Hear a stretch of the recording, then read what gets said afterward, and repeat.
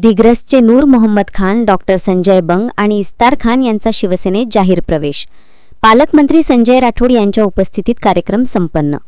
जिल्ह्याचे पालकमंत्री तसेच मृद व जलसंधारण मंत्री संजय राठोड यांच्या उपस्थितीत दिग्रस शहरातील प्रतिष्ठित समाजसेवक नूर मोहम्मद खान, सुप्रसिद्ध वैद्यकीय क्षेत्रातील व्यक्तिमत्व डॉक्टर संजय बंग आणि तरुण नेतृत्व इस्तार खान यांनी शिवसेना पक्षात जाहीर प्रवेश केला। या तिन्ही कार्यकर्त्यांच्या प्रवेशामुळे दिग्रस तालुक्यात शिवसेना संघटन अधिक बळकट होण्याची शक्यता व्यक्त करण्यात येत आहे।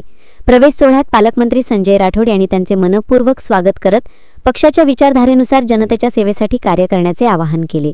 कार्यक्रमाच्या वेळी शिवसेना पश्चिम विदर्भ समन्वयक पराग पिंगळे, ज्येष्ठ नेते जीवनदादा पाटील तसेच पक्षाचे स्थानिक पदाधिकारी आणि कार्यकर्ते मोठ्या संख्येने उपस्थित होते। या प्रवेशामुळे दिग्रस परिसरात शिवसेनेला नवी ऊर्जा आणि बळ मिळाले असून स्थानिक राजकीय समीकरणांवर याचा परिणाम होणार असल्याचे बोलले जात आहे। Bureau report, Vidarbha news Marathi.